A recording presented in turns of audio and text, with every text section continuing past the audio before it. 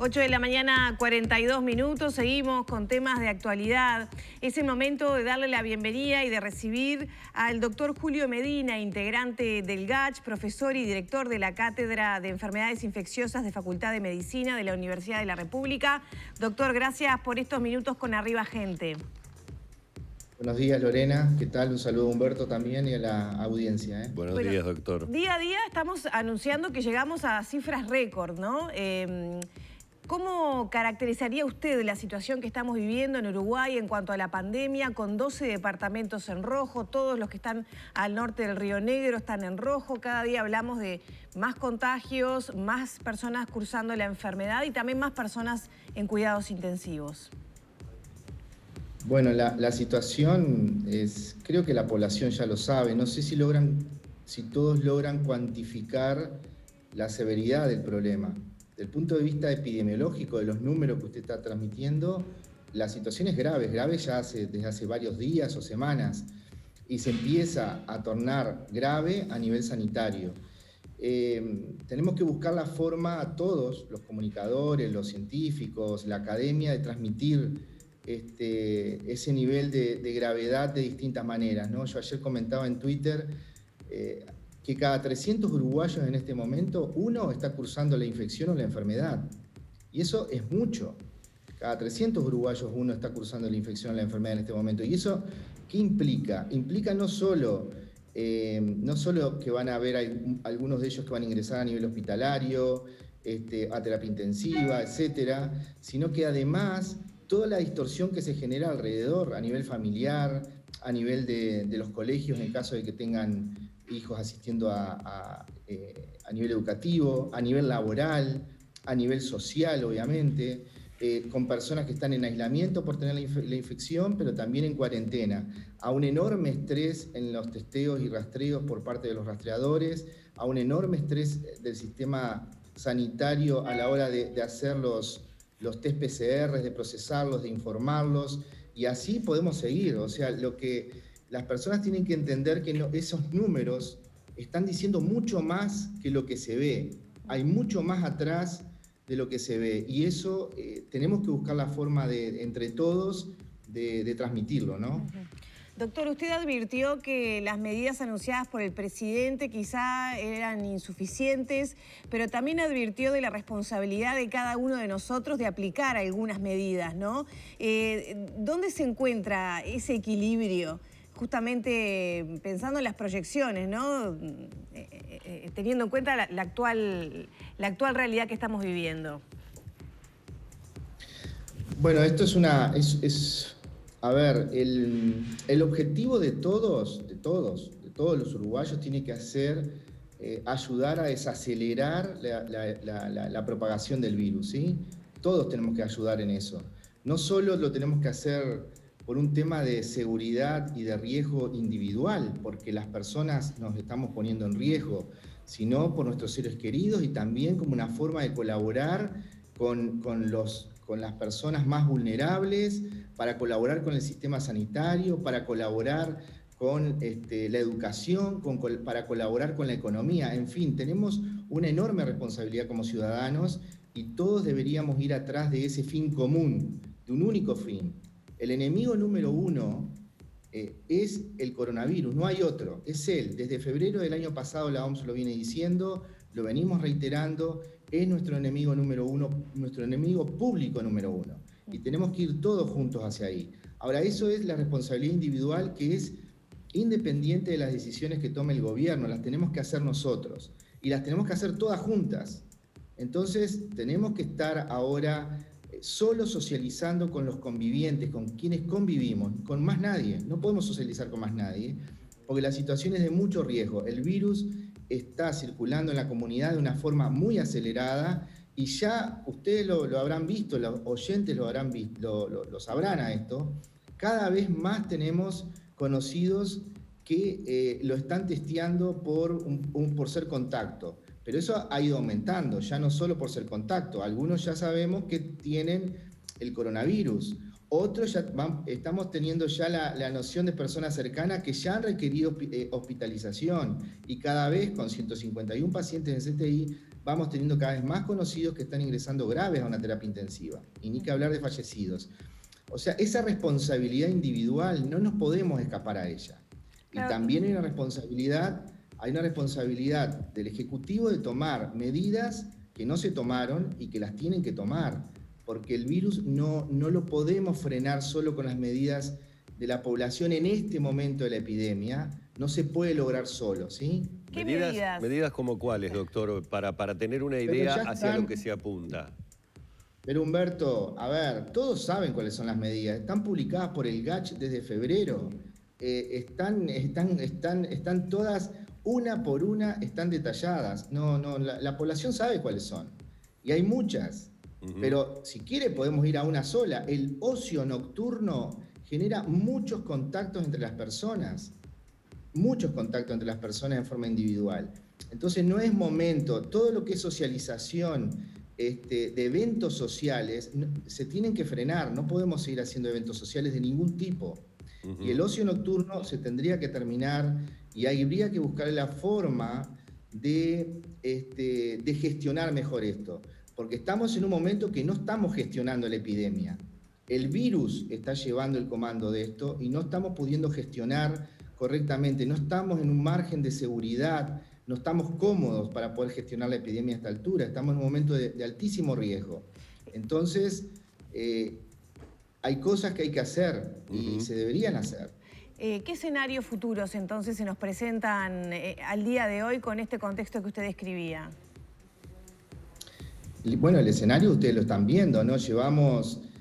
No solo están aumentando la cantidad de infectados día a día, sino que las camas de CTI ingresaron, en los últimos 7 días ingresaron muchísimos pacientes, pero más allá de los ingresos, se ocuparon 49 camas nuevas. Yo tengo anotado acá el número, pero pasamos en una semana de 102 camas ocupadas a 151. ¿Eso qué da? Da que promedialmente estamos aumentando la ocupación de la terapia intensiva a 7 camas todos los días nuevas ocupaciones por pacientes con COVID en la última semana, no solo por mirar la última semana. Y si ese ritmo se mantiene, miren ustedes el escenario, lo que sería todos los días aumentar promedialmente, porque a veces se ocupan más camas y a veces menos, lo que podría ser eso proyectado a 10, 15, 20, 30 días, ¿no? El estrés sobre las terapias intensivas, sobre todo las terapias intensivas más chicas, es importante y hay una preocupación real del personal de salud sobre eso. Y queremos buscar la forma todos de transmitir esa gravedad, ¿sí? Doctor, poniéndolo un poco más en claro, o sea, yendo más directamente, a ver si logro hacerme entender también con la gente para que no se malinterprete lo que voy a decir. El GACH hace una recomendación basado obviamente en toda la experiencia científica. Sin ningún tipo de dudas, esa experiencia científica también empieza a estar basada en las experiencias que estamos recibiendo de otros países.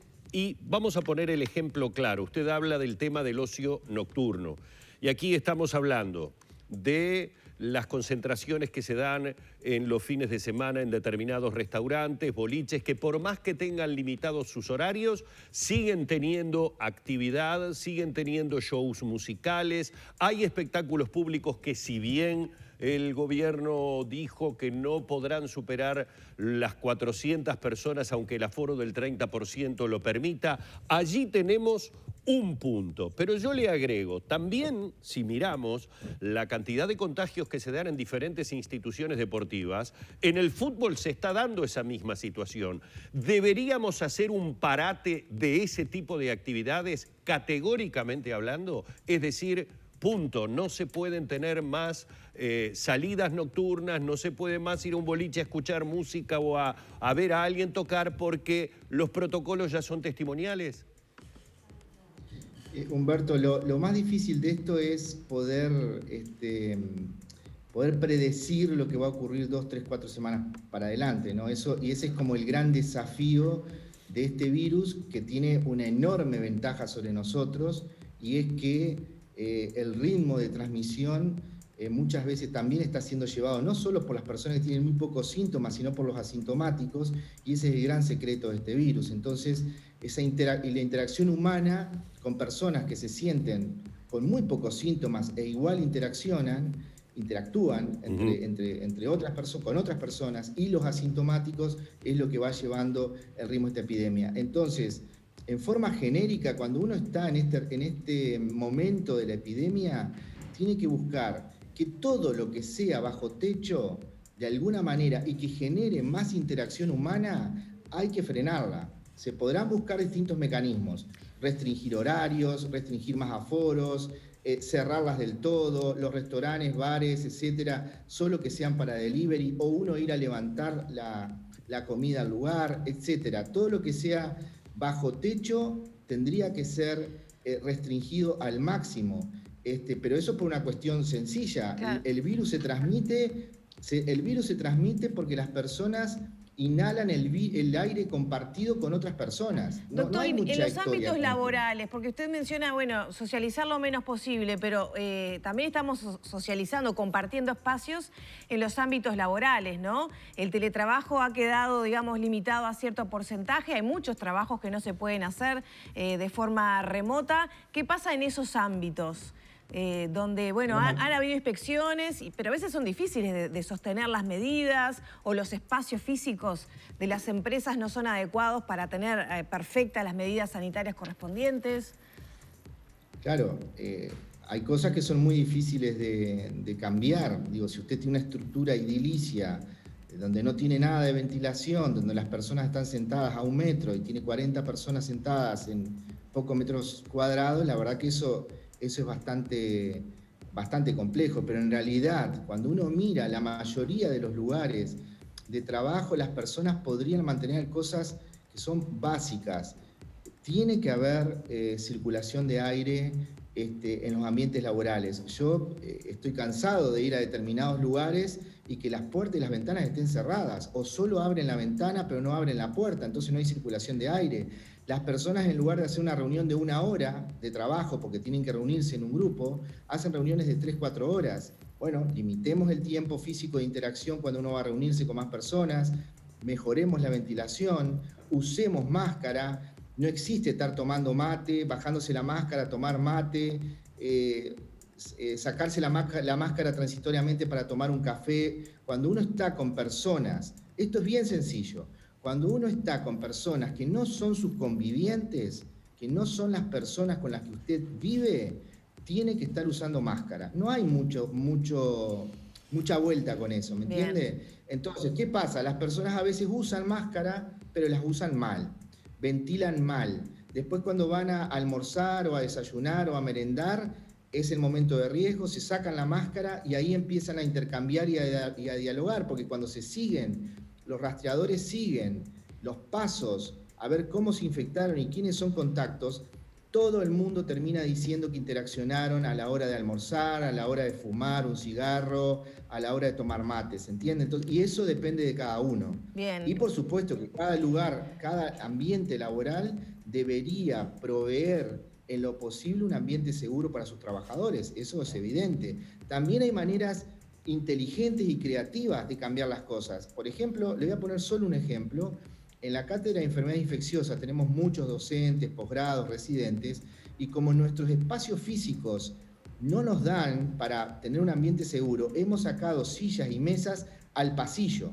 Es un área que no es asistencial, es un área donde es administrativa, donde solo trabajamos haciendo otro tipo de tareas dentro del hospital. Pero sacamos sillas, armamos unas mesas en el pasillo y de ahí decomprimimos. O sea que hay que usar un poco el sentido común, hay que ser un poco innovador con cosas comunes, digamos, con cosas fáciles. Doctor, bueno, fue muy claro y no sé si todo el mundo lo tiene tan claras esas medidas, aunque las repitamos una y otra vez. Doctor, ¿qué pasa con la presencia de variantes del virus que, según el ministro Salinas, se está manejando como una hipótesis, podría estar favoreciendo este incremento de casos? ¿Se ha avanzado en la identificación de las variantes que están en Uruguay? ¿Efectivamente podrían estar influyendo en la expansión del virus en nuestro país?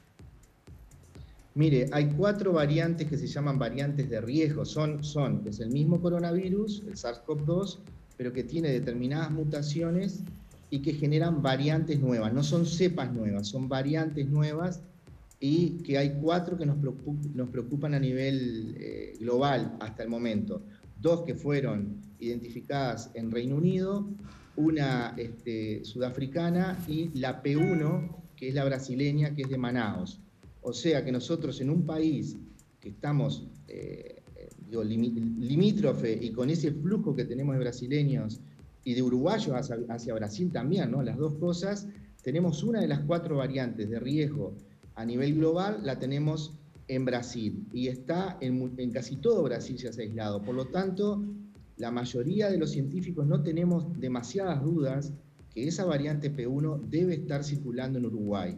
Solo falta demostrarlo desde el punto de vista de secuenciación genética que se está haciendo. Hay un consorcio, ustedes ya lo saben, Ministerio de Salud Pública, Instituto Pasteur, la Regional Norte y la UDELAR, están trabajando y probablemente la semana que viene haya datos para poder ver, primero confirmar si es así, y segundo cuantificar el problema. Si eso ocurre, si confirmamos finalmente que esta variante P1 está circulando en Uruguay, es algo que estamos sospechando hace varias semanas, eso es un cambio de juego en el escenario epidemiológico, porque es una variante que se transmite más eficientemente que la cepa original. Esta variante es mucho más transmisible y eso hace que las medidas que habitualmente tomamos los ciudadanos y que toman los gobiernos se vean más limitadas, se vuelvan más poco eficaces, ¿se entiende?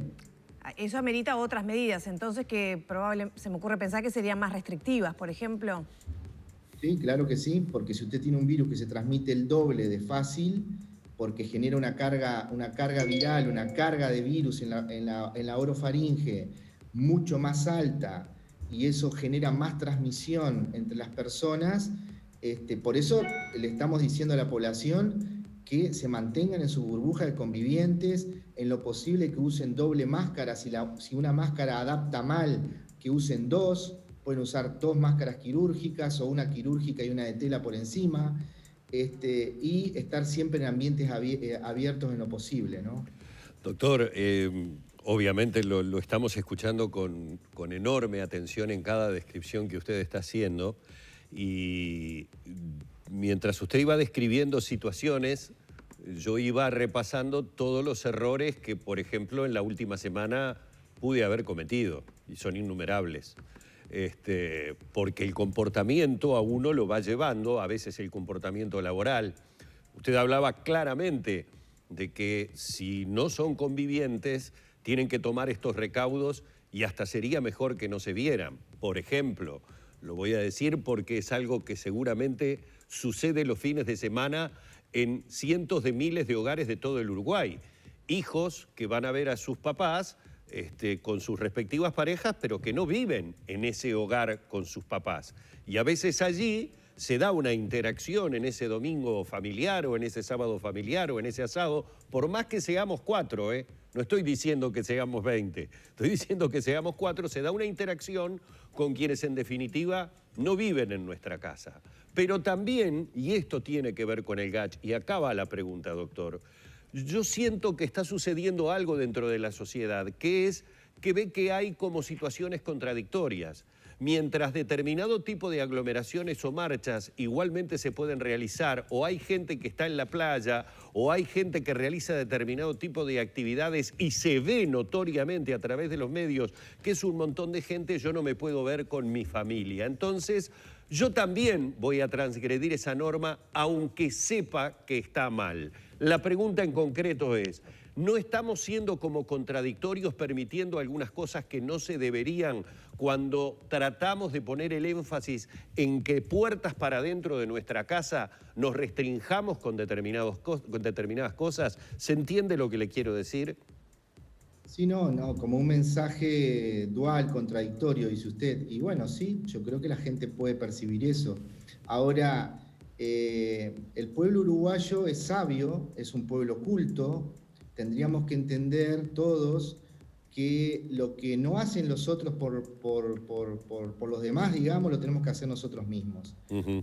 Porque al final y al cabo se trata de mantenernos seguros nosotros y mantener seguros a los seres queridos que tenemos. Por supuesto que después hay algo mucho más humano, que es ayudar a la sociedad y a los más vulnerables. Pero al final y al cabo, si lo primero que las personas se les puede cruzar por la cabeza es, bueno, hagamos algo que sea para protegernos individualmente y para proteger a nuestros seres queridos.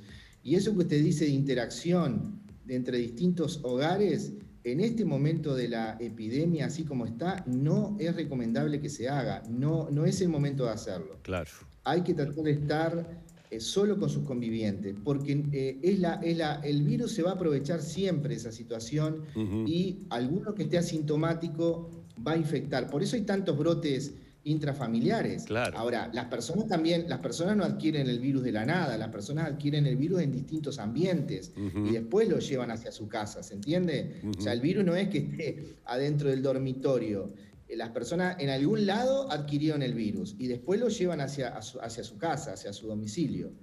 ¿Sí? O sea, uno ve brotes en su casa, se describen, la mayoría son brotes familiares, pero esos brotes, hay una de esas personas dentro de esa familia que está adquiriendo el virus en algún lado. Claro. Puede ser a nivel laboral, puede ser en interacción con otras personas en ambientes, en el ocio nocturno, en restaurantes, puede ser en distintos lugares, ¿no? Mientras usted esté interaccionando con otra persona que no sea su conviviente y sobre todo esté en un ambiente bajo techo, el riesgo va a ser mucho mayor. Doctor, ¿cómo está viendo la marcha de la vacunación? Que bueno, ya llevo unas cuantas personas inoculadas en estos 15 días de vacunación. Bueno, ustedes han visto, ¿no? Uruguay solo nos costó 2 semanas poder colocarnos en una posición muy buena con respecto a a los países de la región. Chile le está yendo muy bien, ellos arrancaron mucho antes y Uruguay va a un muy buen ritmo. Pero acá hay 2 mensajes que usted me da la oportunidad de dar. La vacunación no es lo que nos va a sacar de este momento de la epidemia en nuestro país. Tenemos que apurar todo lo que podamos la vacunación y aumentar el ritmo como se está aumentando. Ayer fue un día récord de vacunados. Pero las personas no se tienen que confiar que esto nos va a sacar ahora del problema, porque las vacunas vamos a ver el beneficio a nivel de la sociedad y de la comunidad mucho más adelante, e incluso a nivel individual también. Desde que uno se da la primera dosis hasta que logra tener una cobertura, una inmunidad adecuada por la eficacia de la vacuna, pasan 6 semanas entre la primera dosis hasta que uno está con esa protección. Y en todo ese tiempo uno se tiene que cuidar como siempre. Incluso después de vacunado, la interacción entre personas se debe seguir cuidando mucho porque así lo indica la evolución de la epidemia en todas partes. Fíjese que Chile tiene casi 40 dosis de vacunas dadas por cada 100 habitantes y están en un rebote con su CTI saturándose en este momento. ¿Se entiende? Entonces, es un mensaje importante para que las personas lo entiendan. Evidentemente, lo que le voy a preguntar, en ninguna medida intenta desalentar la vacunación, que hay que alentarla desde todo punto de vista e insistirle a la gente con que tenga paciencia con las dificultades que hay ahora para agendarse, que seguramente lentamente se irán resolviendo. Pero usted sabe, doctor, que ayer pude ver completa la primer cadena nacional que tuvo que realizar el presidente de la Argentina, Alberto Fernández, para hacer un balance de la situación, pero fundamentalmente para justificar la falta de vacunas que está teniendo la República Argentina. Y yo sumaba esto a la situación que pasa en Brasil y le pregunto, aún si lográramos en tiempo récord una vacunación muy importante, en un foro, creo que realizado en el día de ayer, el ministro Salinas habló de la intención del gobierno de en 60 días tener vacunados a 1 millón de personas en el Uruguay. Aún consiguiendo una importante vacunación, la situación de Argentina y la situación de Brasil nos sigue condicionando para que tengamos un comportamiento durante muchísimo tiempo que haga que tengamos que estar cuidándonos, ser restrictivos en un montón de aspectos? Sí, está muy bien su pregunta, Humberto. No tenga dudas que es así. Uruguay, por supuesto, como país, va a vacunar mucho más rápido y va a alcanzar unas tasas de vacunación mucho más altas que nuestros vecinos. Y necesitamos que Brasil y Argentina aumenten su ritmo y vacunen a todo lo posible. Porque hay una amenaza real que si usted tiene una epidemia demasiado tiempo sin controlar en un volumen muy grande de personas, de una población, usted le da las chances al virus a que mute y que surjan variantes. Y por eso las variantes que se han descubierto no han sido casualidad, que son en países que han tenido la epidemia bastante descontrolada por mucho tiempo. Claro. No hay una variante, una mutante surgida en Nueva Zelanda, no hay una mutante surgida en Japón, en Corea del Sur, que han controlado la epidemia casi a niveles, o en alguna parte del sudeste asiático, que han sido muy exitosos también. Las variantes se han descubierto y se han diseminado eficientemente, y luego al resto de los países del mundo, de países que no controlaron correctamente la epidemia, y porque ahí se le da todo el sustrato al virus para que logre mutar. Entonces, cerrando su pregunta, si estamos en una región donde los países tienen muy descontrolada la epidemia, aunque nosotros también la tenemos ahora, así que podríamos ser también una fuente de generación de mutantes en nuestro propio país, porque le estamos dando chances al virus a que eso haga. Pero comparado contra Brasil, que lleva meses mal, y con la población, por supuesto que el riesgo es mayor en Brasil, ¿no? Pero sí, necesitamos que nuestros vecinos, por ellos mismos, digamos, pero además como una cuestión global, estén mejor vacunados, claro. Doctor, y justamente esta situación de descontrol, ¿podría entorpecer incluso el ritmo de vacunación? Ayer me enteré de varias personas que reciben mensajes suspendiendo su agenda de vacunación por haber estado en contacto con caso positivo, ¿no? Esas notificaciones. En algunos casos, esas personas dicen que no estuvieron en contacto, algunas están incluso teletrabajando y sin salir de sus casas, pero ¿podría entorpecer el crecimiento de casos la vacunación? Porque uno no se puede vacunar si está cursando la enfermedad, ¿no? Sí, claro. Pero ahí en todo caso, si usted se infecta, porque está sucediendo, ¿no? La gente se está infectando a este ritmo que tenemos más de 1.200 casos promedio diario, es evidente que siempre van a haber unas cuantas personas de los que se han inscrito y se han agendado, que desarrollen la infección días antes de vacunarse o incluso días posterior. Ahora, del punto de vista de la protección individual, si la persona está desarrollando la infección o la enfermedad, va a desarrollar inmunidad contra el virus. O sea, que no se pueda vacunar no es un problema mayor para la persona, digamos, ¿entiende? Ajá, sí. El problema mayor que va a tener es en realidad estar cursando la infección y la enfermedad. Es el primer problema.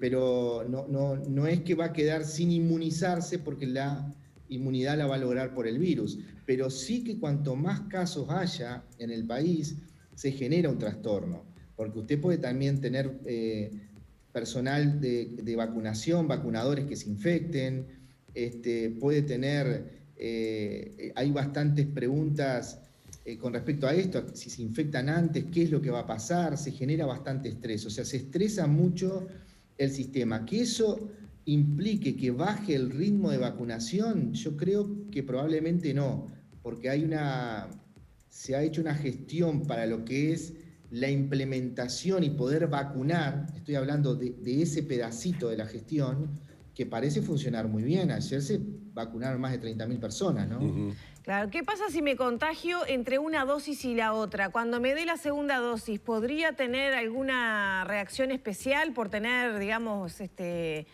más virus en mi cuerpo? Si usted se infecta luego de recibir la primera dosis, la segunda dosis tendría que dársela a los 6 meses. Porque la infección después de la primera dosis de vacuna actuaría como un booster, como una reactivación nuevamente del sistema inmunológico. O sea que uno pensaría que esa persona, entre que tiene una dosis de la vacuna y además adquirió la infección o la enfermedad, logra tener una inmunidad y lo está protegiendo, ¿sí? Bien, ya tenemos que cerrar, doctor, y le agradecemos por su generosidad y su tiempo, pero mientras hablábamos recién veíamos imágenes en vivo de las filas que hay para ingresar al Antel Arena para vacunarse, ¿no? Hoy va a ser otro día con miles de personas que van a pasar por esos vacunatorios. Ayer estuve ahí y el comentario de muchas personas era cuánta gente aglomerada en la puerta del Antel Arena. Estaban todos con mascarilla. La imagen de lejos parece que la gente está más cerca, hay 1 metro más o menos, pero bueno, a veces la ansiedad también de quienes están esperando hace que la distancia se acorte. ¿Le merece algún comentario estas esperas y esta aglomeración de gente? En muchos casos van hasta media hora antes de la hora que les toque, ¿no? Sí, mire, justamente hace un rato la licenciada Silvia Guerra ponía algunos tips para los que van a vacunarse. Y los voy a leer porque me parece que va a responder su pregunta. Bien. Asista en su hora y no se anticipe, no se aglomere, si hay fila respete la separación física. El aire que escapa de los bordes de las mascarillas lo aspiran quienes están cerca, más aún los que están detrás. No charle con otras personas, no interactúe, no tome mate mientras espera. De preferencia use mascarilla de tela, de 3 capas, o 2 descartables. Ajuste su mascarilla evitando escapes de aire por los bordes. Debe cubrir boca y nariz. Y me parece que responde perfecto su pregunta este tuit de la licenciada Silvia Guerra, epidemióloga, porque es lo que hay que hacer. El problema cuando las personas van 1 hora antes o 2 horas antes, hacen cola, van tomando mate, se sacan la máscara, empiezan a conversar con el otro que es el vecino. Y bueno, ahí está el riesgo, ¿se entiende? Totalmente, doctor. Ha sido más que amable en dispensarnos todos estos minutos. Agradecimiento muy grande, no solamente obviamente por estos minutos, sino por el trabajo que todo el GACH viene realizando, tratando de ayudarnos a todos nosotros, a los ciudadanos comunes, a que comprendamos por lo menos cuál es el comportamiento que tenemos que tener para seguir peleando al virus, que bueno, en este momento está mostrando su peor cara y, al decir de algunos, de repente todavía tenemos que esperar algunos números y algunas situaciones más complejas. El abrazo a la distancia y el agradecimiento por estos minutos. Hasta luego. Suerte.